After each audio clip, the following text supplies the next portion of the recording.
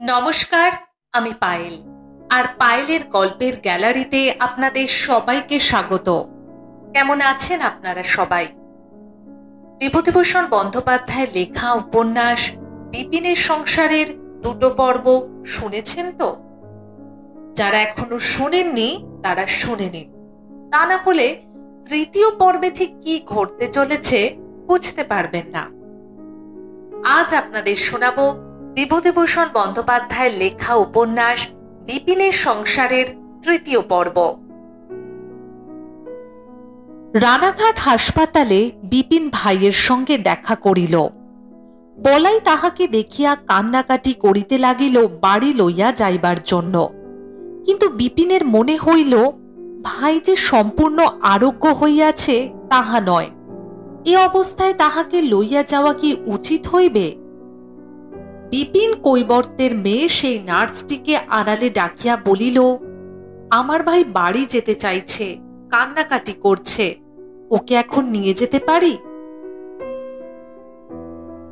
Nurse বলিল, নিয়ে যাও বাবু, তোমার ভাই আমাকে পর্যন্ত জ্বালাতন করে তুলেছে বাড়ি যাব করে।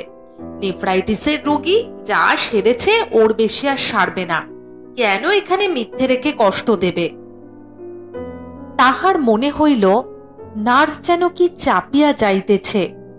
সে বলিল, ও কি বাঁচবে না?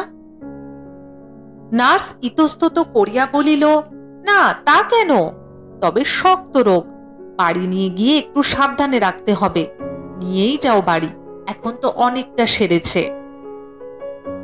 বিপিনের মনটা খারাপ হইয়া গেল। সে গিয়া মিশনের বড় ডাক্তার আর্চার সাহেবের সঙ্গে দেখা করিল। সন্ধ্যা হইয়া গিয়াছে। আর্চার সাহেব নিজের বাংলোর বারান্দায় ইজি চেয়ারে চুপ করিয়া বসিয়াছিলেন। বয়স প্রায় ৫৫-৫৬, দীর্ঘাকৃতি, সবল চেহারা, মাথার সামনে টাক পড়িয়া গিয়াছে। আজ ৩০ বৎসর এখানে আছেন, বড় ভালো লোক। এ অঞ্চলের সকলে আর্চার সাহেবকে ভালোবাসে।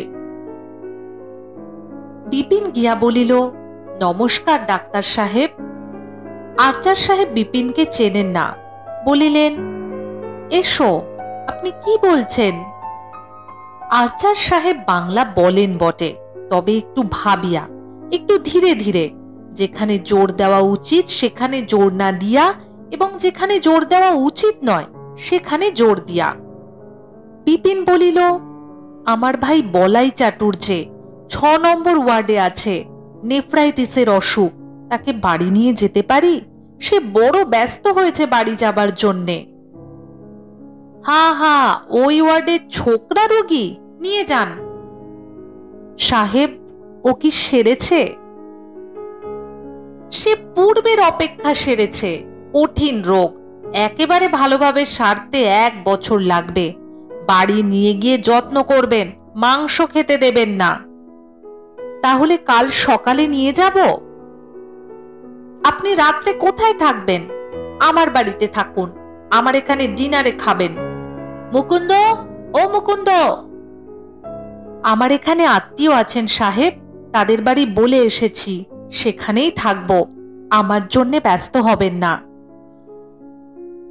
বিপিন রাত্রে বাজারের নিকট তাহার এক দূর সম্পর্কীয় আত্মীয়ের বাড়ি থাকিয়া পরদিন সকালে ঘোড়ার গাড়ি ডাকিয়া আনিয়া ভাইকে লইয়া স্টেশনে গেল। বলাইয়ের বয়স বেশি নয়, ২০-২১। রোগ হওয়ার পূর্বে তার শরীর খুব ভালো ছিল। বিপিনের সংসারের ক্ষেত খামারের অনেক কাজ সে একাই করিত। মধ্যে যখন বিপিনের বদখেয়ালিতে পৈতৃক অর্থ সব উড়িয়া গেল, সংসারে ভয়ানক কষ্ট, সংসার একেবারে অচল, তখন বলাই ১৮ বছরের ছেলে।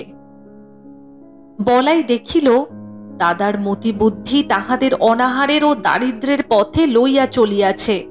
যদি বাঁচিতে হয় তাহাকে লেখাপড়া ছাড়িতে হইবে এবং বুক দিয়া খাটিতে হইবে।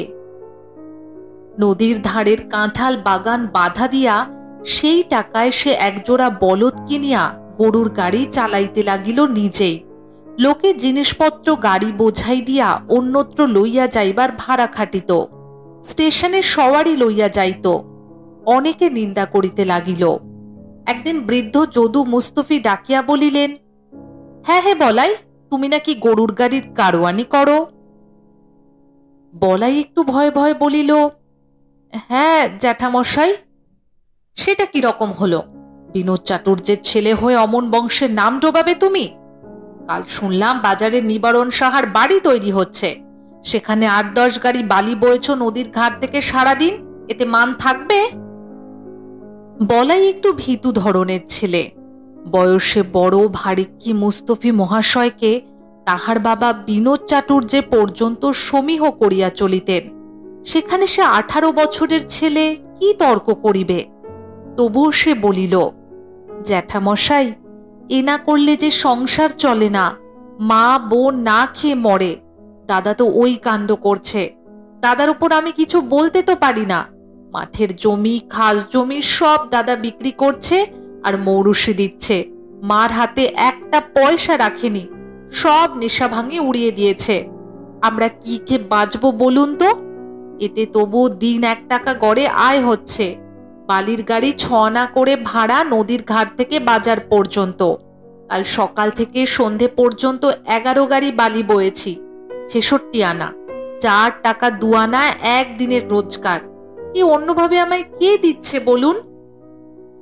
সে দুর্দিনে বলাই মান অপমান বিসর্জন দিয়া বুক দিয়া না পড়িলে সংসার অচল হইত। বলাই গরুর গাড়ির গাড়োয়ানি করিয়া লাঙল করিল, জমি চাষ করিয়া ধান বুনিল, আটির মাঠে কুমড়া করিল এবং সেই কুমড়া কলিকাতায় চালান দিয়া সেবার প্রায় ৩০-৩২ টাকা লাভ করিল। বিপিনকে বলিল, দাদা, বাগদিপাড়ার নন্দবাগদির গোলাটা কিনে আনছি, এবার ধান রাখবার জায়গা চাই, ধান হবে ভালো। বিপিন বলিল, নন্দবাগদির অত বড় গোলা এনে কি করবি? আমাদের ৩ বিঘে জমির ধান এমন কি হবে যে তার জন্য অত বড় গোলার দরকার? দামও তো বেশি চাইবে। বলাই বলিয়াছিল, বারণ করো না দাদা, বড় গোলাটা বাড়ি থাকলে লক্ষ্মীশ্রী। আমার ওই গোলা দেখলে কাজে উৎসাহ হবে যে ওটা পুড়িয়ে দিতেই হবে আসছে বছর, ওটাই আনি। কি বলো দাদা? সংসারের জন্য অনিয়মিত খাটিয়া খাটিয়া বলাই পড়িয়া গেল শক্ত অসুখে। কিছুদিন দেশেই রাখিয়া চিকিৎসা চলিল। সেই চিকিৎসাও এমন বিশেষ কিছু নয়। গ্রাম্য হোমিওপ্যাথিক ডাক্তার শরৎদা দিন ১৫ সাদা শিশিতে কি ঔষধ দিতেন। তাহাতে কিছু না হওয়ায় গ্রামের অনেকের পরামর্শে বলাইকে রানাঘাটের হাসপাতালে আনা হয়। বলাই এখনো ছেলে মানুষ, তাহার উপর অনেক দিন রোগশয্যায় শুইয়া থাকিবার পরে আজ দাদার সঙ্গে বাড়ি ফিরিয়া যাইবার আনন্দে সে অধীর হইয়া উঠিয়াছে। রেলগাড়িতে উঠিয়া একবার এ জানলায় একবার ও জানলায় ছুটাছুটি করিতেছে। কতকাল পরে আবার সে নিরোগ হইয়া মুক্ত স্বাধীনভাবে চলাফেরা করিতে পাইয়াছে। নার্সের কথা মতো আর ভয়ে ভয়ে চলিতে হইবে না। হাসপাতালে রান্না কি বিশ্রী, মাছের ঝোল না ছাই। মায়ের হাতের, বৌদিদির হাতের রান্না আজ প্রায় ৪ মাস খায় নাই। বৌদিদির হাতের শুক্তনের তুলনা আছে? পাঁচিলের পশ্চিম কোণে বড় মানকচুটা সে নিজের হাতে পুঁতিয়াছিল, এখন না জানি কত বড় হইয়াছে। ভগবান যদি দিন দেন এবং তাহাকে খাটিতে দেন, তবে কাঙের ধারে কদমতলার বাঁকে ভালো জমি খাজনা করিয়া লইবে এবং তাহাতে শশা, বরবটি এবং পালং শাক করিবে। হাসপাতালে থাকিতে নার্সের মুখে শুনিয়াছে পালং শাক ও বরবটি নাকি খুব ভালো তরকারি, কলিকাতায় দামে বিক্রয় হয়। বিপিনকে জিজ্ঞাসা করিল, দাদা, কালীপাড়ার রায়চরণের পিসির কাছে বলা ছিল ওদের ঝাল হলে আমাদের সূর্যমুখী ঝালের বীজ দিয়ে যাবে। তুমি দেখনি সে ঝাল রাঙা টুকটুক করছে? এক একটা এত বড় বীজ দিয়ে গিয়েছিল জানো? আমি এবার ৪টি ঝাল পুঁতে দেব আমড়াতলায় নাবাল জমিটাতে। দাদার চাকুরি হওয়াতে বলাই খুব খুশি। তখন সে একা খাটিয়া সংসার চালাইত। আজকাল দাদার মতি বুদ্ধি ফিরিয়াছে। দাদা আবার পুরানো জমিদার ঘরে বাবার সেই পুরানো চাকুরি করিতেছে। ইহার অপেক্ষা আনন্দের বিষয় আর কি আছে? দুই ভাইয়ে মিলিয়া খাটিলে সংসারের উন্নতি হইতে কত দেরি লাগিবে। সে নিজে বিবাহ করে নাই, করিবেও না। মা, বৌদিদি, ভানু, বিনা এরা সুখী হইলেই তাহার সুখ।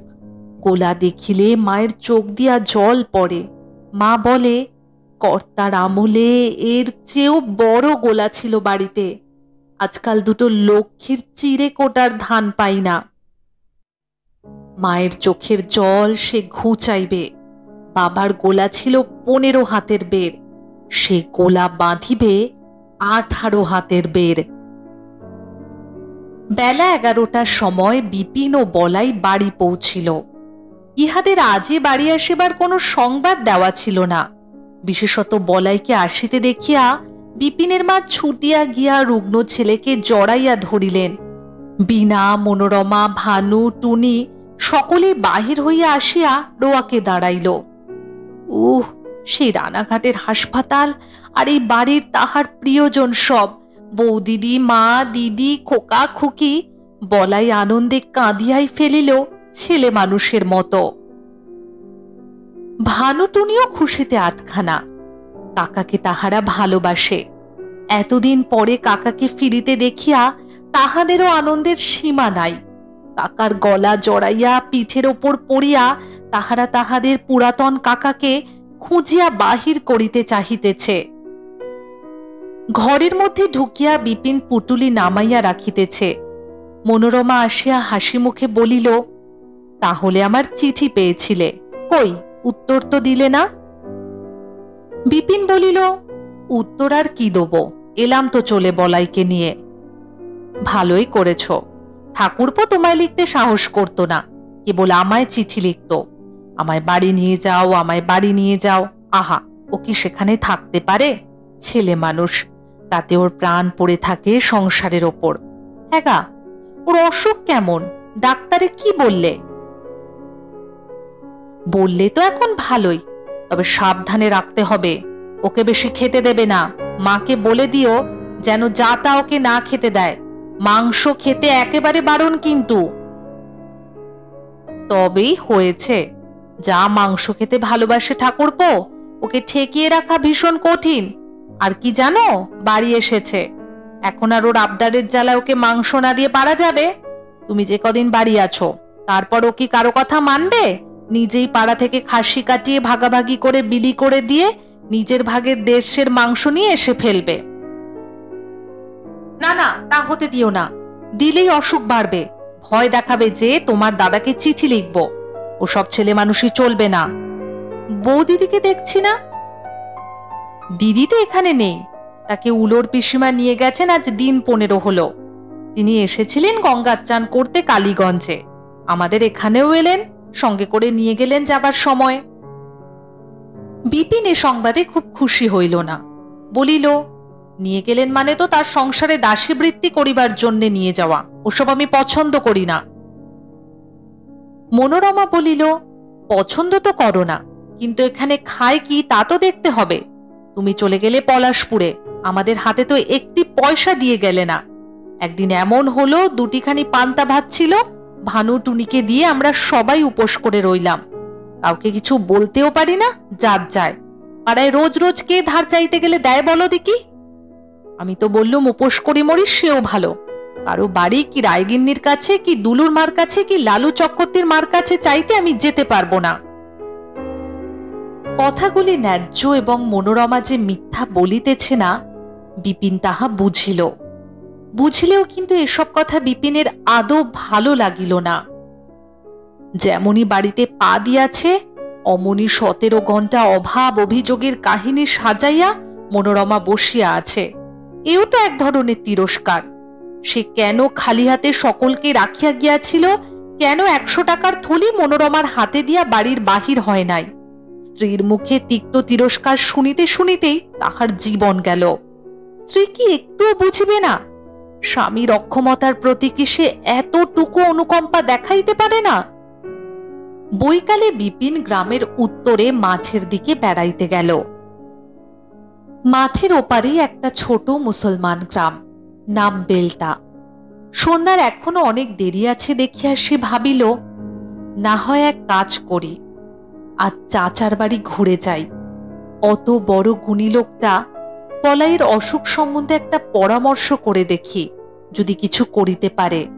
অনেক মন্তর তন্তর জানে কিনা। আইনদ্দি বাড়ির সামনে বাঁশতলায় বসিয়া মাছ ধরা ঘূর্ণির বাখারি চাচিতেছিল। চোখে সে ভালো দেখে না। বিপিনের গলার স্বর শুনিয়া চিনিতে পারিয়া বলিল, আসুন বাবা ঠাকুর, আসুন, কবে এলেন বাড়ি? এইখানা নিয়ে বসুন। বলিয়া একখানা খেজুর পাতার চেয়াটাই আগাইয়া দিল। বিপিন বলিল, চাচা, তোমাকে তো কখনো বিনি কাজে থাকতে দেখি না, চোখে ঠাউর হয়? না বাবা ঠাকুর, ভালো আর কনে। হ্যাঁ, দে একখানা চশমা এনে দিতে পারো? চশমা নলি আর চোখে ভালো ঠাউর পাই না যে। বয়স তোমার তো কম হলো না চাচা, চোখের আর দোষ কি বলো? তা 100 হয়েছে। যেবার মাতলার রেলের পুল হয় তখন আমি গরু চড়াতে পারি। আপনি এখন হিসেব করে দেখো। এদেশে সবাই বলে আইনদ্দির বয়স 100। আইনদ্দি নিজেও তাই বলে। আবার কেউ কেউ অবিশ্বাস করে, বলে মেরে কেটে 90-92। 100 বললেই হলো বুঝি। মাতলার পুল কত সালে হয় বিপিন তাহা জানে না। সুতরাং আইনদ্দির বয়সের হিসাব তাহার দ্বারা হইবার কোনো সম্ভাবনা নাই বুঝিয়া সে অন্য কথা পারিল। বলিল, চাচা, তুমি অনেক রকম মন্তর তন্তর জানো, এই কথাটা তো শুনে আসছি বহুদিন। বিপিন এই একই কথা অন্তত 20 বার আইনদ্দিকে জিজ্ঞাসা করিয়া আসিতেছে গত 10 বৎসরের মধ্যে। আইনদ্দিও প্রত্যেকবারই একই উত্তর দেয়, একইভাবে হাত পা নাড়িয়া। আজও সে সেইভাবেই বেশ একটা গর্বের সহিত বলিল, মন্তর? বেশি কথা কি বলবো, আপনাদের বাপ মার আশীর্বাদে মন্তর সব রকম জানা ছিল। সেসব কথা বলে কি হবে? এদিগরের কোন লোকটা জানে না আমার নাম? তবে এই শোনো, স্বর্ণভরে যাব, আগুন খাবো, কাটা মুন্ডু জোড়া দেব। বিপিন এ কথা আইনদ্দির মুখে অনেকবার শুনিয়াছে, তবু বৃদ্ধকে ঘাঁটাইয়া এসব কথা শুনিতে তাহার ভালো লাগে। বিপিনের হাসি পায় এ কথা শুনিলে। কিন্তু আশ্চর্য এই যে আইনদ্দির উপর শ্রদ্ধা তাহাতে কিন্তু কমে না। বিপিন যুবক, এই শতবর্ষজীবী বৃদ্ধের প্রত্যেক কথা হাবভাব তাহার কাছে এত অদ্ভুত রহস্যময় ঠেকে। এই জন্যে সে বাড়ি থাকিলে মাঝে মাঝে ইহার নিকট আসিয়া খানিকক্ষণ কাটাইয়া যায়। এ যে জগতের কথা বলে, বিপিনের পক্ষে তাহা অতীতকালের জগৎ। বিপিনের সঙ্গে সে জগতের পরিচয় নাই, নাই বলিয়াই তাহা রহস্যময়। আইনদ্দি তামাক সাজিয়া হাতখানেক লম্বা একখণ্ড শোলার নিচের দিকে বাঁশের সরু শলার সাহায্যে একটা ফুটা করিয়া বিপিনের হাতে দিয়া বলিল, তামাক সেবা করো বাবা ঠাকুর। বিপিন বলিল, চাচা, তুমি কান শোনার কুঠি দেখেছ? খুব। তখন তো আমার অনুরাগ বয়স। কুঠির মাঠে নীলের চাষ দেখেছি। এই শোনবা, আমার সম্বন্ধের ছেলে জহিরুদ্দি তখন জন্মায়। তিনি বড় চাকরি করত, এখন 20 টাকা করে পেন্সিল খাচ্ছে। তা ভাবো তবে সে কত দিনের কথা। বিপিন বলিল, কি চাকরি করত? কি চাকরি আমি জানি বাবা ঠাকুর, পেন্সিল খাচ্ছে যখন তখন বড় চাকরি হবে। চাচা, একটা কবিতা বলো তো শুনি, মনে আছে? আইনদ্দি একগাল হাসিয়া বলিল, কবিতা শোনবা? রামায়ণ মহাভারত মুখস্থ ছিল, এখন কি আর মনে থাকে সব কথা বাবা ঠাকুর? এই শোনো। সূর্য যায় অস্তগিরি, আইসে যামিনী, হেন কালে তথা এক আইলো মালিনী। কথায় হীরার ধার, হীরা তার নাম, দাঁত ছোলা মাজা দোলা, হাস্য অবিরাম। গাল ভরা গুয়া পান, পাখি মালা গলে, কানে করে করে রাড়ি, কথা কত ছলে। চূড়া বাঁধা, চুল পরিধান, সাদা শাড়ি, ফুলের চুপড়ি কাঁধে, ফিরে বাড়ি বাড়ি। বিপিন বাংলা সাহিত্যের তেমন খবর না রাখিলেও এটুকু বুঝিল যে ইহা বিদ্যা সুন্দরের কবিতা। বলিল, এই কবিতা তোমার মুখে কখনো শুনিনি তো চাচা? রামায়ণ মহাভারতের কবিতাই তো বলো, এ কোথায় শিখলে? আমার যখন অনুরাগ বয়স, তখন বিদ্যে সুন্দরের ভারী দিন ছিল যে। বিদ্যে সুন্দরের যাত্রা হতো, গোপালুরের নাম শুনেছিলে? সেই গাইতো বিদ্যে সুন্দর। আমরা সমবয়সী কজন পরামর্শ করে বিদ্যে সুন্দরের বই আনালাম, ভারতচন্দ্র রায়গুণাকর কবিওয়ালার বই। বড় ভালো লেগে গেল। তারপর আনালাম অন্নদামঙ্গল। বিদ্যে সুন্দর বই ভালো, তবে বড্ড হে পানা। কি পানা চাচা? বড্ড হে পানা।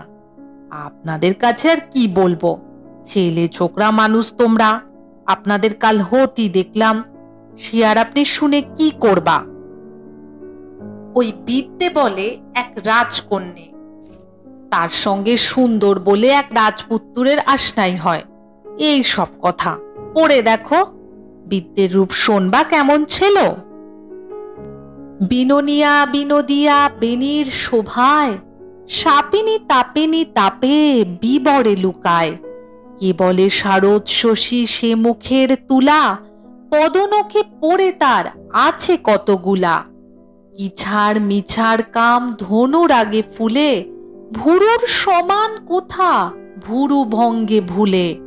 কারি নিল মৃগমদ নয়ন হিল্লোলে, কাদেরই কলঙ্কি চাঁদ মৃগ করি কোলে।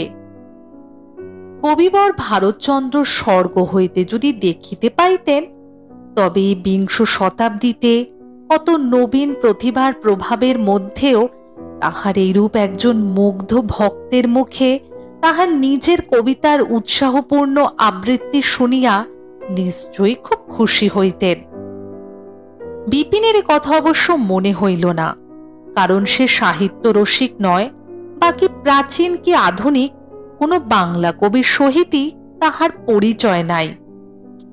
কিন্তু বিদ্যার রূপের বর্ণনা শুনিয়া তাহার কেন যে মানির কথা মনে হইল হঠাৎ, তাহা সে নিজেই বুঝিতে পারিল না।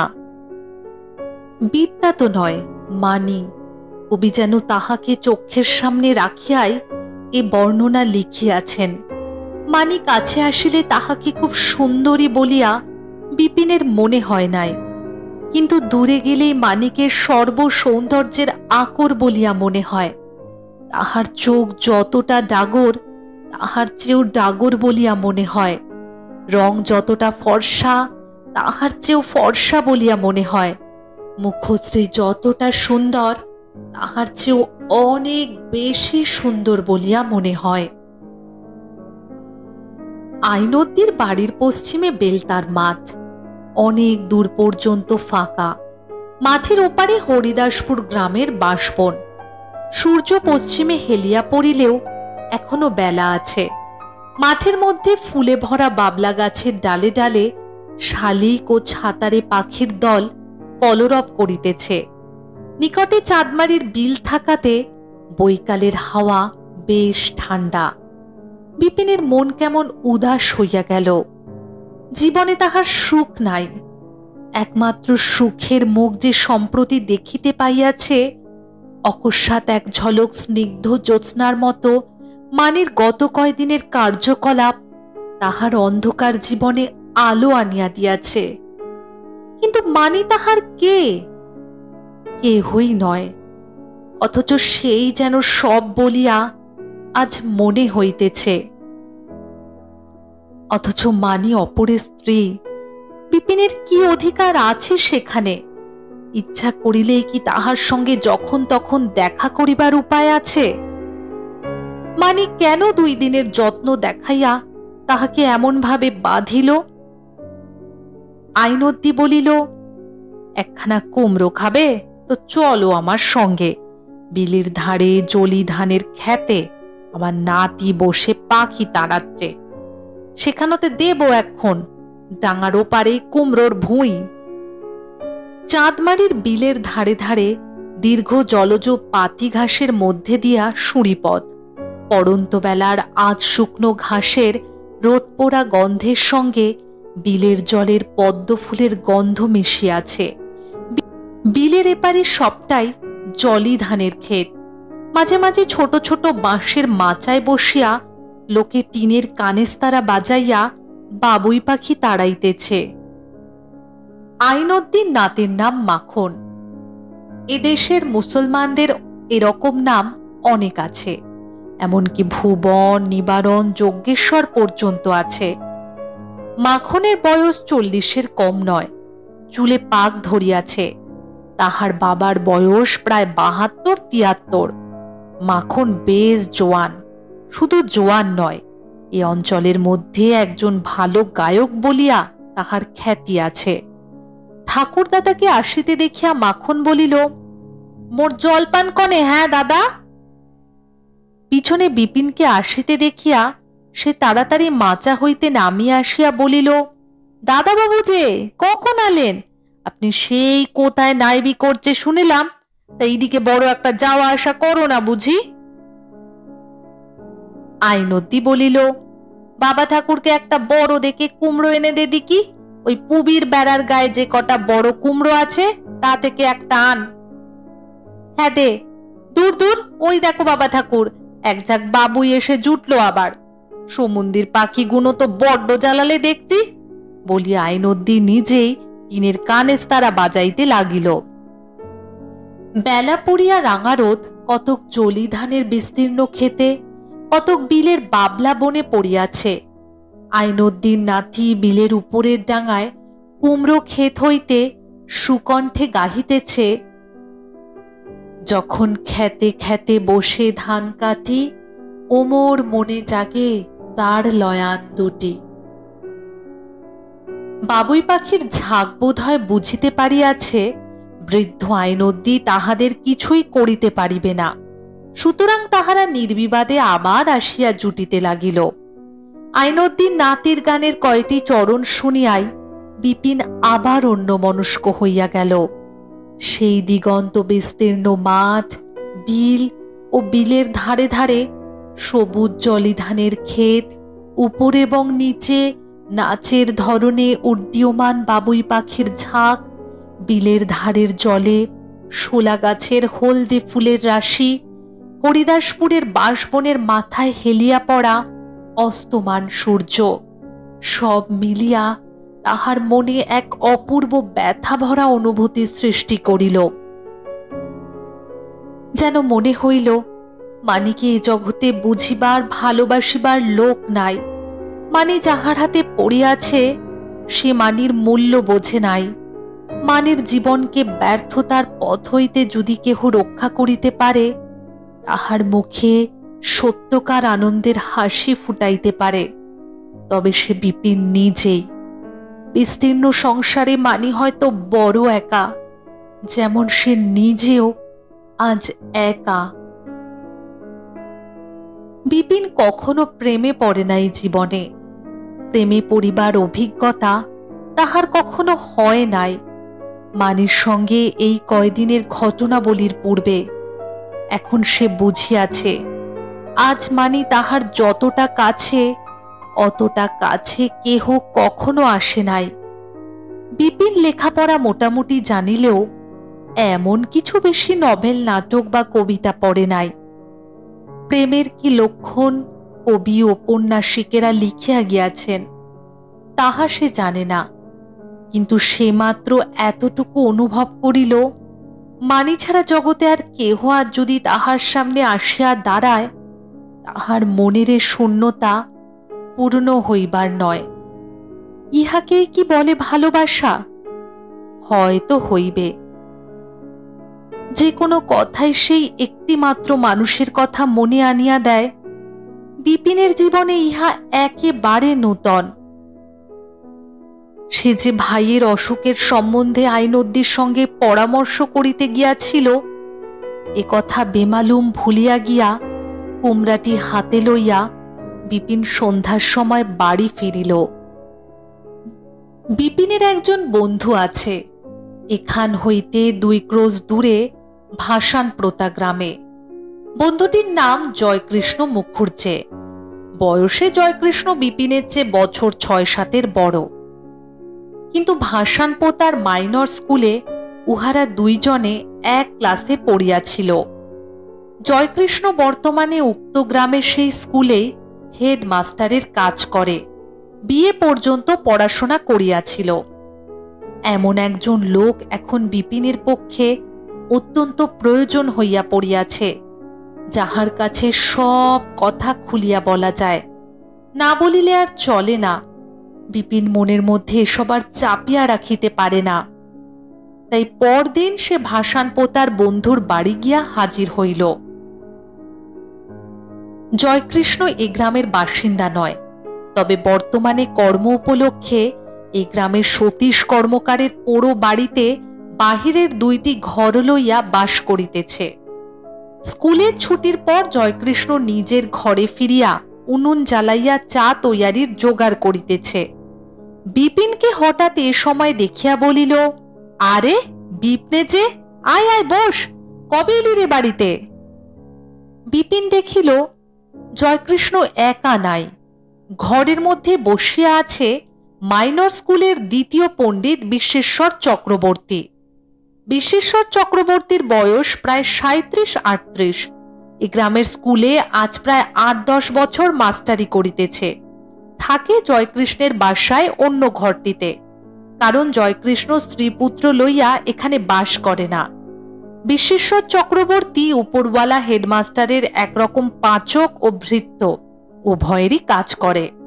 বিনিময়ে জয়কৃষ্ণ তাহাকে খাইতে দেয়। এসব কথা বিপিন জানিত, কারণ সে আরো বহুবার ভাসান পোতায় আসিয়াছে জয়কৃষ্ণের সঙ্গে দেখা করিতে। বলা বাহুল্য, বিপিন ও জয়কৃষ্ণ যখন এই স্কুলের ছাত্র, বিশ্বেশ্বর চক্রবর্তী তখন স্কুলের মাস্টার ছিল না। উহারা পাশ করিয়া বাহির হইয়া যাইবার অনেক পরে সে আসিয়া চাকুরিতে ঢোকে। চা পান শেষ করিয়া বিপিন জয়কৃষ্ণকে ডাকিয়া ঘরের বাহিরে লইয়া গিয়া মানির কথা তাহাকে বলিতে লাগিল। বেশ সবিস্তারেই বলিতে লাগিল। বিশ্বেশ্বর চক্রবর্তী একটু দূরে বসিয়া উৎকর্ণ হইয়া ইহাদের কথা শুনিবার চেষ্টা করিতেছে দেখিয়া বিপিন গলার সুর আরো একটু নিচু করিল।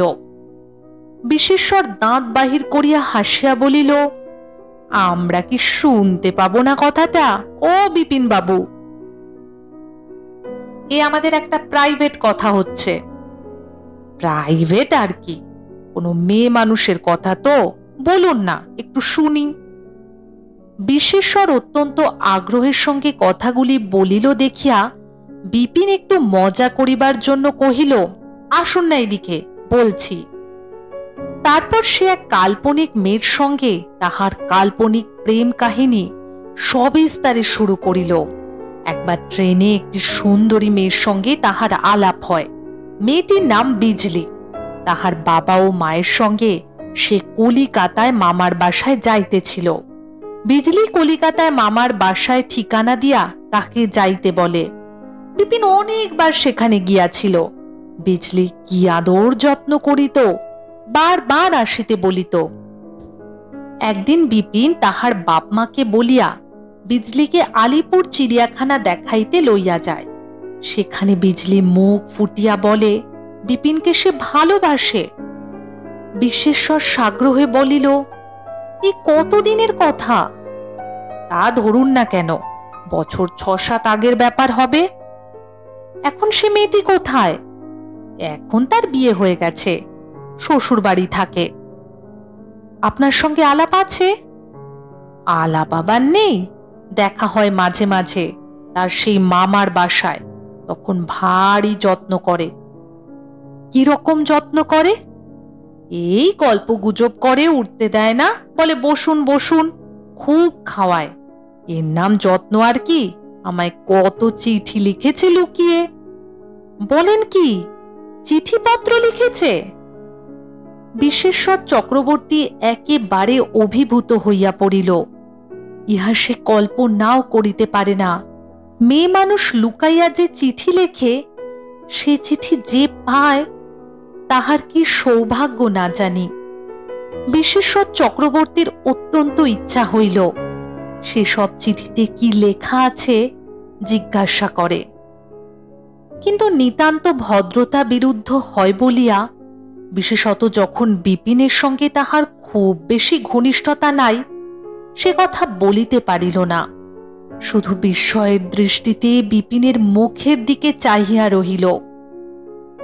জয়কৃষ্ণ বলিল, বিশ্বেশ্বর বাবু, আপনার জীবনে এরকম কখনো কিছু নিশ্চয়ই হয়েছে, বলুন না শুনি। বিশ্বেশ্বর নিতান্ত হতাশ ও দুঃখিত ভাবে খানিকটা আপন মনেই বলিল, আমাদের এরকম কখনো কেউ চিঠি লেখেনি। চিঠি লেখা তো দূরের কথা, কখনো কোনো মেয়ে কিছু বলেও নি। সাহস করে কাউকে কখনো কিছু বলতেও পারিনি মাস্টার বাবু, সত্যি বলছি। এই এত বয়স হলো। বিয়েও তো করলেন না। বিয়ে কি করে করব মাস্টার বাবু, দেখতেই পাচ্ছেন সব। 25 টাকা মাইনে লিখি স্কুলের খাতায়, পাই 15 টাকা। ন মাতা ন পিতা, মামার বাড়ি মানুষ হয়েছি দুঃখ কষ্টে, তেমন লেখাপড়াও শিখিনি। মামাদের দৌড়ে তাদের চাকরগিরি করে হাটবাজার করে অতি কষ্টে ছাত্রবৃত্তি পাশ করি। জয়কৃষ্ণ বলিল, বিয়ে করলে আপনার লোক পেতেন বিশ্বেশ্বর বাবু, এরপরে দেখবেন একজন মানুষ অভাবে কি কষ্ট হয়। বিশ্বেশ্বর চক্রবর্তী বলিল, এরপর কেন, এখনই হয়। সত্যি বলছি মাস্টার বাবু, একটা ভালো কথা কখনো কেউ বলেনি। বড় দুঃখে কথা বলছি, কিছু মনে করবেন না। কারো মুখে একটা ভালোবাসার কথা এই উনি যেমন বলছেন, এ তো কখনো শুনিনি। কাকে বলে জানিও না। তাই এক এক সময় ভাবি, জীবনটা বৃথাই গেল মাস্টার বাবু, কিছুই পেলাম না।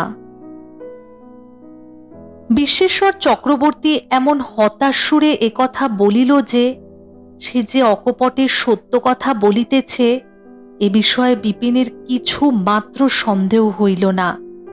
সে যে কিছুদিন আগেও ভাবিত তাহার তুল্য অসুখী মানুষ দুনিয়ায় কেহ নাই, ইহার বৃত্তান্ত শুনিয়া বিপিনের সে ধারণা দূর হইল। এই ভাগ্যহত দরিদ্র স্কুল মাস্টারের উপর তাহার যেন একটা অহেতুক ভালোবাসা জন্মিল। হঠাৎ মনে হইল জয়কৃষ্ণ তাহার এতদিনের বন্ধু বটে, কিন্তু জয়কৃষ্ণের চেয়েও অর্ধ পরিচিত বিশ্বেশ্বর চক্রবর্তী যেন তাহার অনেক আপন।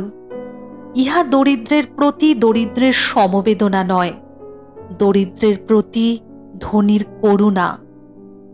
কারণ বিপিন এখন ধনী। আজই এইমাত্র বিপিন ভালো করিয়া বুঝিয়াছে যে সে কত বড় ধনী। আজকের মতো এই পর্যন্তই। আজকের পর্বে তো উত্তরটা পাওয়া গেল না যে বিপিন মানির কথা রাখলো কিনা, সে পলাশপুরে কত দিনের মাথায় ফিরল। আগামী পর্বে নিশ্চয়ই এই প্রশ্নের উত্তর দিতে পারবো। তৃতীয় পর্বটা তাহলে মন দিয়ে শুনে নিন। আবার আগামী পর্ব নিয়ে খুব তাড়াতাড়ি হাজির হয়ে যাব। আর হ্যাঁ, কেমন লাগছে এই উপন্যাস আমাকে কমেন্ট বক্সে লিখে জানাবেন। আজকের মতো আপনাদের সবার কাছ থেকে বিদায় নিচ্ছি। ভালো থাকবেন। নমস্কার।